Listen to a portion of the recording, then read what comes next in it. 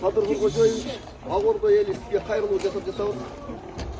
Биз сизден суранат элек, ушундай кашанын баарын чалган Сокулук районунун администрациясынын, жер комиссиясынын төрагасыны, ошол мезгилдеги Сокулуктун кадастрыны, ошондой эле архитектуранын башчысыны ушул иш боюнча жоопкерчиликке тартып берүүнүздү суранат элек.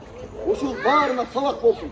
Ушул администрациянын туура эмес чыгарган чечиминин айынан ушундай кылып туруп карапайым элдин, жашап аткан элдин участоктарына бир эле көпөскө 4 участок бириктирип туруп бир китеп жасап берип койгон. Ошону биз сизден суранат элек, ушуну тыгыр көзөмөлгө алып, ошолордун жоопкерчилигин карап бергенге. Экинчиден, ушул иш боюнча Верховный сотто жакында административный тартипте иш каралат. Ошону өзүңүз тыгыр көзөмөлгө алып, урматтуу президентибиз Садыр Нуркожоевич, ушул административный чечимди туура чыгарып ушул карапайым элдин тарабына чыгарып беришиңизди биз сизден суранабыз. Өтө мыйзам бузуулук. Бул мындай мыйзам бузуулукту биз көргөн эмеспиз. Себеп дегенде 498-контурдагы 20-12 деген участокто бүгүн архитектурада устой болуп катталып турат. Демек бул айыл ичиндеги шахмат тартибиндеги бош жер деген статуска кирет. Ал эми мунапстын объектиси ар бир участоктогу чийилген фундаментти же үйдүн орду болсо, ошолор мунапстын объектиси болуп эсептелет. Бүгүн ошол 20-12 деген участок 16 сотук жерге кызыл китеп мыйзамсыз чыккан бул. Муну соттор дагы көз жумган. Урматтуу Ленин районунун соттору, Бишкек шаарынын соттору бул чечим өтө туура эмес болду. Мунапстын объектиси деген ал 2021-жылга чейин курулгандарды айтат. Бул үйдө 2021-жылга чейин курулган бир мунапстын объектиси же архитектура чийген бир үйдүн орду, фундаменти таптакыр көрүнбөйт, көргөнгө мүмкүн дагы эмес. Анан бул боюнча кылмыш иши дагы НМВДны ГСУда козголуп, ал дело бүгүнкү күндө Ленин роудуда турат. Биз ошол учурдагы ГСУнун сотрудниктерине рахмат айтабыз. Тыкыр иликтеп, иш козгоп, катуу киришкенде жогорку жактан чалуулар болуп ошол ишти токтотпогон. Бүгүнкү күндө ошол ишти кайра жандандырыш керек. Бүгүн ушунча элдин бардыгы акыйкатсыздыктан, чындык чыкпагандыктан бурмаланган мыйзамсыз нерселердин бардыгына жаны кейип, ичи ашышып, кайгырып отурат. Урматтуу аткаруу бийлиги, президент Садыр Нуркожоевич, ушул ишке өзүңүз түздөн-түз киришип, комиссия түзүп, башында сиз болсоңуз, бир топ адамдардын башы кетет. Көптөгөн адамдар башы менен жооп берет ушул мыйзамсыз нерсеге. Биз ошону суранабыз. Анан ушул Ленин районунун сотторунда өз көзөмөлүңүзгө алып койбосоңуз, карапайым элге каршы чечимдерди чыгарып келатат ушуга чейин. Арест маселеси болобу, ушундай снос маселеси болобу, баарына ушул карапайым элге каршы чечимдерди чыгарып келатат. Буларда мунапыс боюнча такыр түшүнүк жок. Ошол эле Сокулуктун соттору чечип келген иштерди булар чечпей келатат. Ошон үчүн биз Ленин районунун сотторуна нааразыбыз. Беш баласы менен көчөгө чыгарып койду, айтпады. Балдар менен чыгарып койду, айтпайды.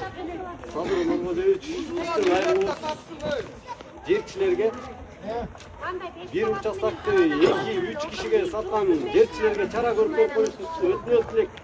Биз 5 жылдан бери Сокулук сотунда жүрөбүз. Эч кандай чара көрүлгөн жок. Ошону бир карап берип коюңузду өтүнөт элек. Бизде фактыларыбыз бар дагы. Ак-Ордо. Үйдүнөлөр келбейсиң. Мынакей караңгы түнгө карабастан түнгү саат 8-9га чейин сунос ишин жүргүзөбүз деп сот аткаруучулар. Караңгыга калтырбагыла десек болбойт. Биз кааласак таң аткыча иштейбиз деп мынакей элдин өздөрү чогултту мынакей. Нааразыбыз. Бул мындай маселе болуп калды да. Башкы прокуратуранын алдындагы сот департаменти өтө мыйзамсыз иштерди кылды. Себеп дегенде снос кандай болот? Бир дагы үйдүн крышасы бузулбаш керек, айнек талкаланбаш керек, мыйзамда так жазылган. Бардыгын акырындык менен так аккуратно чечип, жыйнап коюш керек. Мыйзамда ошондой өтөт. Булар эмне кылды? Булар болсо Орман опут Африкада дагы мындай кылган эмес. Келип эле талкалап салды. Ленинградты басып алганда да мындай болгон эмес керек болсо. Талкалап бүт сындырып мына видеодан көрсөңөр болот. Бул өтө одона мыйзам бузуулукка жатат. Урматтуу башкы прокуратура, мына сот департаменти сиздин кол алдыңызга келди.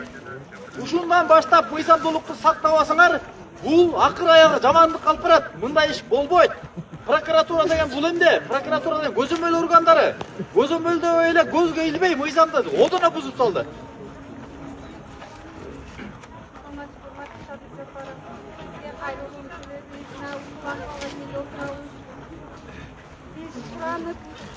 Уақыт белгіледік болбой беш баласын чуркаганына карабай ушул акыркат нерсени жазашты, терезелер талкаланды, башкарылды. Акылга сыйбаган иштерди кылды. Бизден сураныч. Ой, акыркат жакшы. Адистер сотту карап берген суранабыз, өзүбүздүн алып, суранабыз федералдын ичинде. Карапайым ыйлаткан, беш бала менен кызда калдына. Ушундай элүү киши рахмат агылды, соголуп сизге кайрылуу кылып атабыз, сизге үйүбүз жетектегенде. Үйүн ээлери.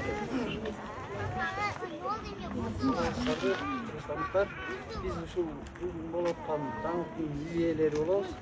Биз бүгүнкү ушундай ак менен караны айырмалай албаган сотто отурган чечимдин айынан ушул алакалга калып калдык биз. Ол жерде болгон бузулду. Экөөнүн дагы экинчи бузам деп өзүнө өзү ишеним берип отурат. Ушуну садыргыды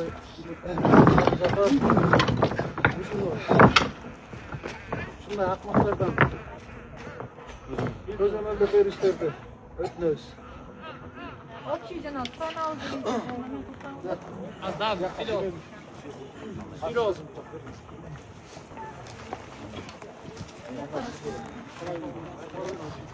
Балдарынан да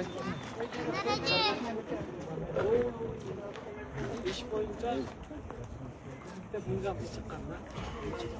Akıncı toplam menen 40 akıncı toplam menen de mizan çıkan da. Bosoyevskiyden gelip senet ketkende bu yerde üyler varken de al Bosoyevskiy bergen. Bosoyevskiy bergende al diyaloğunu cevaptırıp 42. toplam menen kayra жаңы diyalog açıp turup ошол токтомдун негизинде бузукка чыгасыздар. Негизи жердин мыйзамы боюнча токтом бир эле жол чыгат. Бул андай эмес. Бул Боссоевскийдин бардыгын сатып алган, соттун бардыгын сатып алган чынындачы. Бизге окшогон мыйзамдар көп экен.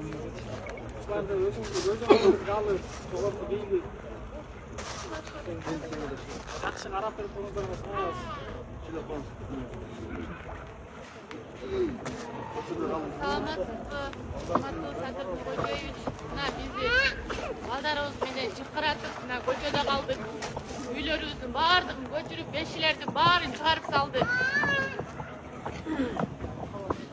Үйдүн баарын талкалады. Милициялар болсо ошого эчтеке кылбай карап турду ушул жерде. Мына бул жерде баардык эл күбө. Бизди болсо токтотуп, кайра салып берип, көчүргүлө деп тиги келген кишини болсо Назаралиевди болсо күйлөп атты да. Мына бул кандай деген бул акыйкат караганда 16 сотук жерди бир кишиге чыгарып берип коёт да, кызыл китеп чыгарып берип коёт. Биз ал учурда ушул 4 үйдө ээлердин баардыгы ушул үйдө жашачык. Ошол жашап атсак дагы кызыл китепти мыйзамсыз түрдө башка кишиге чыгарып берип коюп атат да. Көчөдө калдык, мына азыр балдарыбыз чыркылап, эшик болсо суук, жаган атат, бешилерибиздин баары эшикте. Биз каяка барабыз, кайсыл жака түнөйбүз, эмне кылабыз? Ушул ишти карап бериңиз, карапайым элди ойлоңуз. Бийликтегилердин баардыгы бизди колдоп берип коюңуздар.